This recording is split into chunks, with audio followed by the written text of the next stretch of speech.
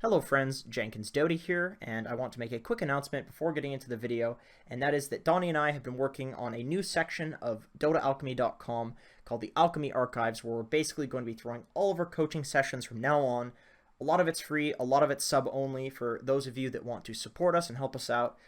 We're also going to be putting in sessions of other content creators and coaches as well, helping monetize them. So if you want to support us, we would absolutely appreciate it. If you don't want to sub, that's perfectly okay too. You can probably find something that's free that will fit your needs, at least at some point once we build up the archives. So anyway, without further ado, let's just get right into the video. Hello friends, Jenkins Dota here, bringing you another Dota 2 video on behalf of DotaAlchemy.com. And in this video, I'm going to be doing something a little bit different, which is I'm going to be taking a look at a replay of a game that I played recently.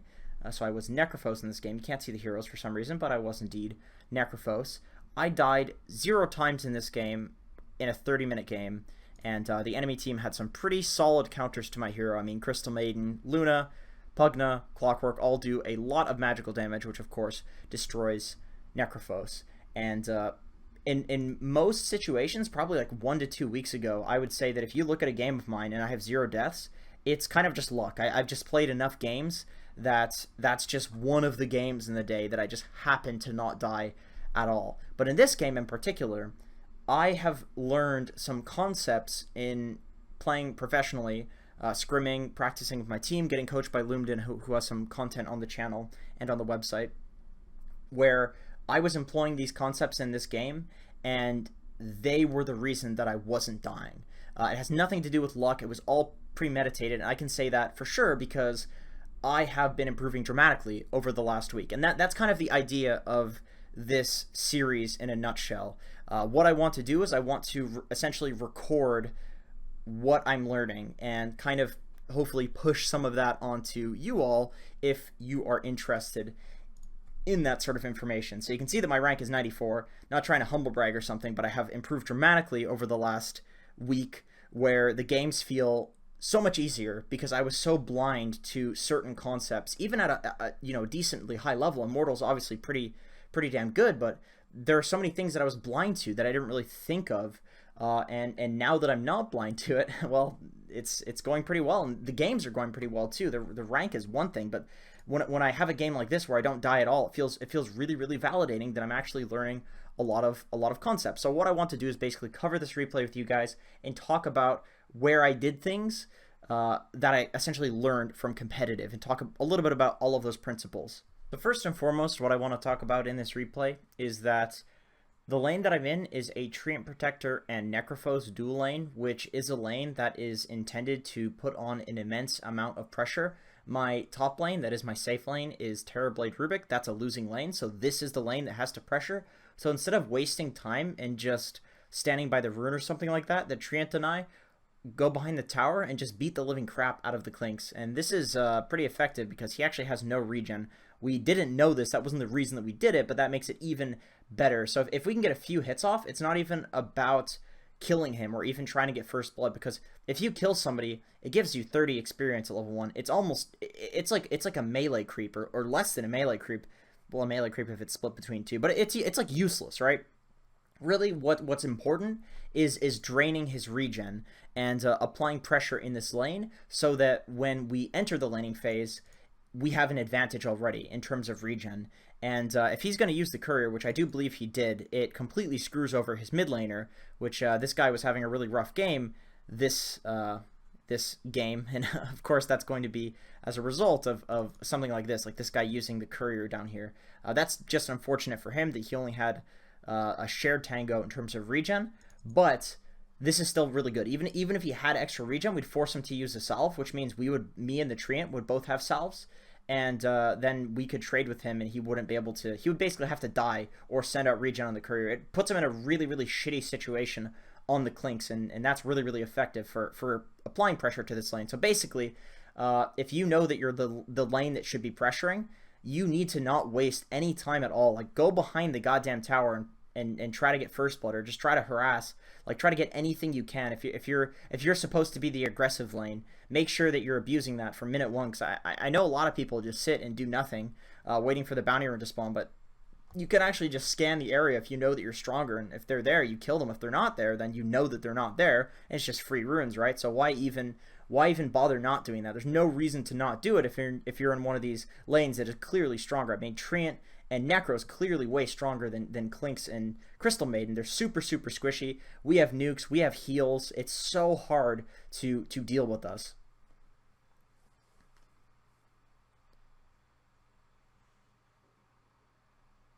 So another thing that I'm doing in the laning phase that there's actually a video about this specifically, and how you can set your hotkeys up to do this on the Dota Alchemy site, but I am using my camera in a way that, for the most part, there isn't wasted space. You can see that my hero is around the top of the camera as opposed to centering the camera on my hero, and that's just because nobody's gonna come from behind me, right? But if I have my camera like this, I could see over to the left where the Crystal Maiden was standing exactly. So I know if he's coming up to use his nuke on me, I can see where the Clinkz is standing. You could see here that my camera's a little bit centered on me for a few moments, and that's just because I'm not Arteezy. I'm not a tier 1 player. Like, I'm gonna basically fuck it up a couple of times because I'm just.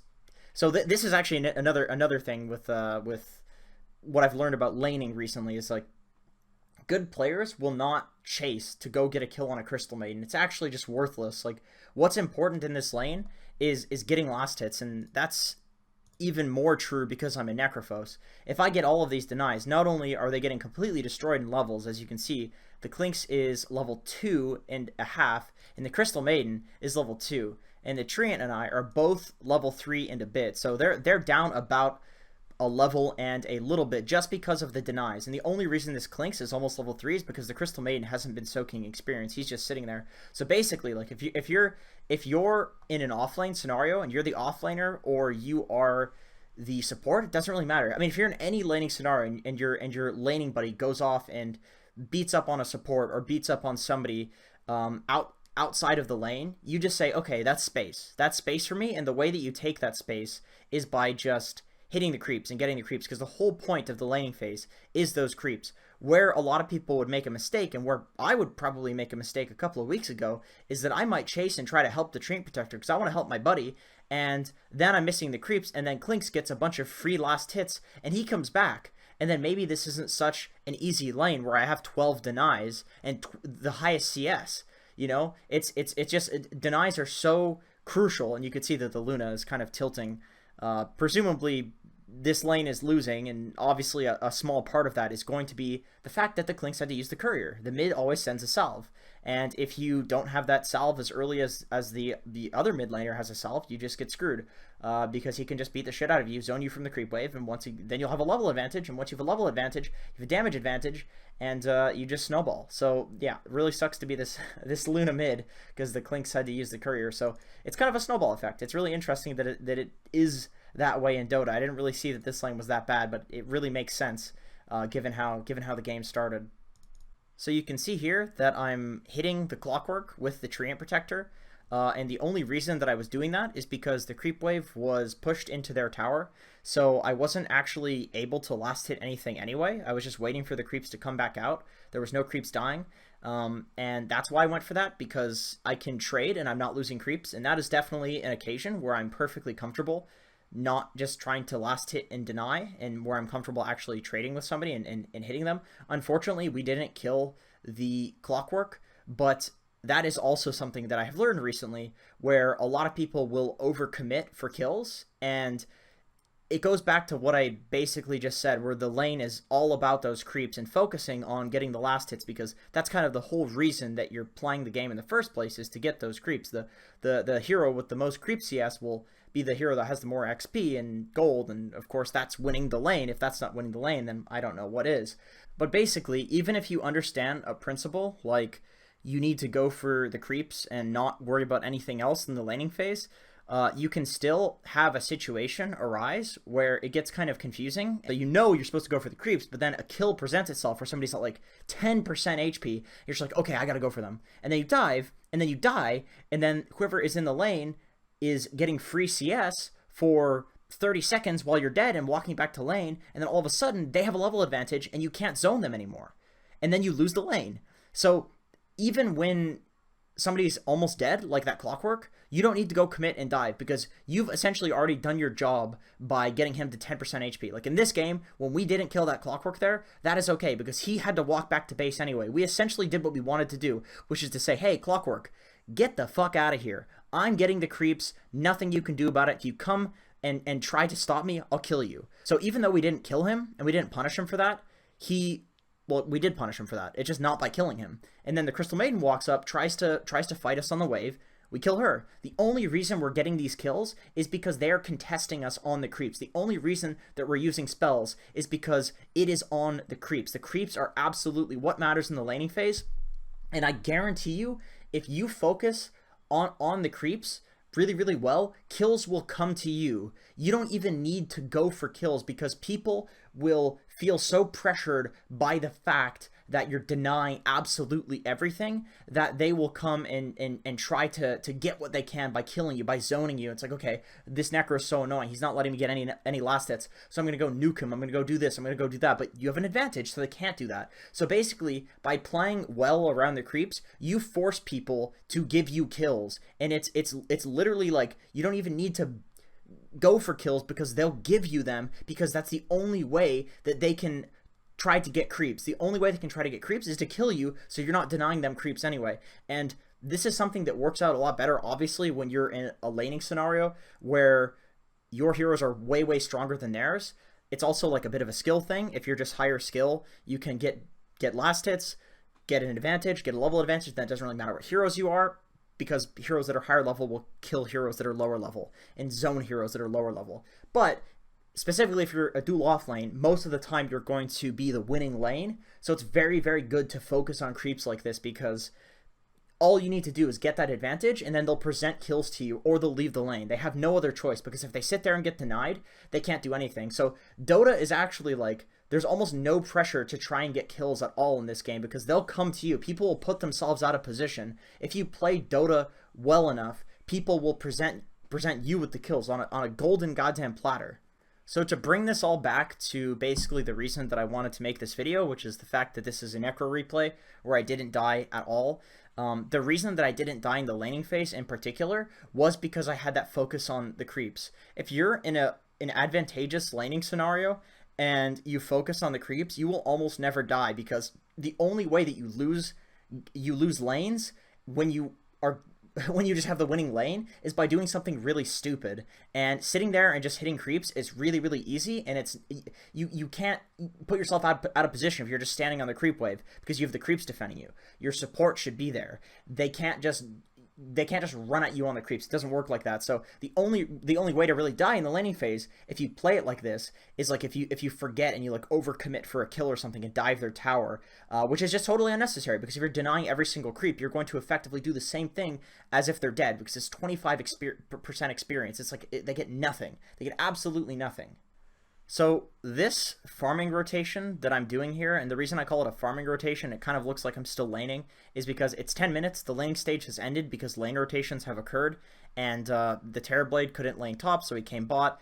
I went back bot, but essentially what I'm trying to say here is I'm focusing on the Clockwork and the Pugna because I know those are the two heroes that can kill me. So I'm basically trying to play with the information that I have available to me on the map. If I see the Clockwork and the Pugna somewhere, I know that I'm free to push out the bottom lane. And once the lane is pushed out, you know, I could walk over to the tower and start hitting the tower, and yes, that would pressure it, but I don't see the Pugna and the Clockwork. So if I go do that, there's potential that those two heroes that I know can kill me will kill me. So instead, what I could do is I could run to the camps and farm those camps, like these camps over here. But I saw that some things were occurring, and I saw that my team was converging in the mid lane. So I figured even if the Pugna and the Clockwork are in the mid lane waiting for me, with my team, I'll be fine. So basically the reason that I didn't die here is because the mistake that I would potentially make like a week or two ago is that I would push here and probably start hitting this tower. And you could see that the tower is almost dead, and I haven't hit it at all. And the only reason that it's almost dead is because I keep pushing the creeps in. And what I do is I sacrifice the creeps that go, so the creeps go into the tower, maybe 1 or 2 of their creeps will die, and then it'll push back out to me. So I'm losing 2 creeps, but I'm not putting myself in a really dangerous position by pushing this, but only when I don't see the Clockwork and the Pugna. If I do see the Clockwork and the Pugna on the map, I might actually go beat the shit out of this tower, because I know they're the only 2 heroes that could realistically kill me in this game. At least that's what I felt. So basically, instead of doing that, because I didn't see them, instead of hitting the tower, I did that lane rotation to mid. But you don't even need to do that. You don't even need to make a rotation like that. All you need to do to farm really well and never die in the off lane is to push out the lane until you know that the lane is pushing in. You don't need to go hit this tower. You just need to push it so the creeps go into the tower, so that way somebody has to rotate to it. And then as soon as you don't see people on the map, especially the heroes that you know are capable of killing you, you just walk over here and you farm over here. You farm this, you farm that, wait, and then wait in the trees. And if information is revealed to you on the map in terms of the heroes that can kill you, then you can push into the tower and be more greedy. But basically all you want to do is you want to balance your levels of greed with the information that is available to you on the map. This is a great thing that you can do where you essentially push out a lane so that it's pushing into you, so somebody has to go deal with it, and then you TP in and rotate and just take a fight with your team, like basically anywhere, because you know that somebody has to deal with the waves that are pushing in. So we have the mid wave pushing in, Clock is dealing with that, the bot wave is pushing in, Pugna's dealing with that, so we just get a free pick off here, and then this allows me to rotate to the area that is now safe. So this entire area is free to farm for me, and then I could take this tower. So it's kind of like a couple of birds with one stone sort of scenario. God damn, I say that a lot, but it's a 2 birds, 1 stone scenario. You know, I'm making a rotation, which is putting me in an area on the map that I want to be, because it's pressuring an objective that's alive, as opposed to down here where there are no objectives. We've gotten them all. And then also this lane was pushing in, so there's no farm to be had here other than really unsafe farm. Also, it's just a free kill on the Crystal Maiden. So there's like a lot of things that whenever you make a rotation, you want to do it for numerous reasons. And then also, it's really nice that the Siege Creep is here pushing into this tower, because if I push this wave in, which there's a double range creep, so it is pushing in, but because there's people showing elsewhere on the map, specifically the Pugna and the Clockwork, I'm pushing this lane in really aggressively because I know they can't be here. That's the only reason I'm here. Otherwise, I'd wait over here and then see the creep waves meet and then wait to see information on the map before I go to the creep wave. And sure, I'd miss a couple of creeps, but I'd be a lot safer. So after farming like this for about 20 something minutes, the game is just really, really easy. We have a large advantage. We have better late game too than the enemy team does. We basically just run at them, fight them, have way better items than they do, and they lose. So at this point, it's very, very hard for me to die, simply because my hero, because the levels that I have, because the items that I have, and because the heroes that are supplementing me on my team, the Treant Protector, the Terrorblade that will destroy anybody if they run in. So this game was very easy from this point onward, and it's kind of boring. It's kind of boring Dota, because all I did was I farmed in good farming patterns while not feeding, while taking as much resources as I could with the information available to me, and then eventually it's just like, okay guys, they lose. We just are stronger than them. Let's just go 5-man. And then it's over. It's so simple, it's ridiculous. And that is the process of learning, and I'm very, very happy that I've learned these farming patterns, because it's making Dota, which is a very, very complicated game, feel very, very simple, and I hope that it will feel that way for you too, if you take these principles and you do them in your pubs. So anyway, thank you so much for watching, guys. I do genuinely appreciate it. I hope this was interesting, at the very least entertaining. So see you guys in the next video.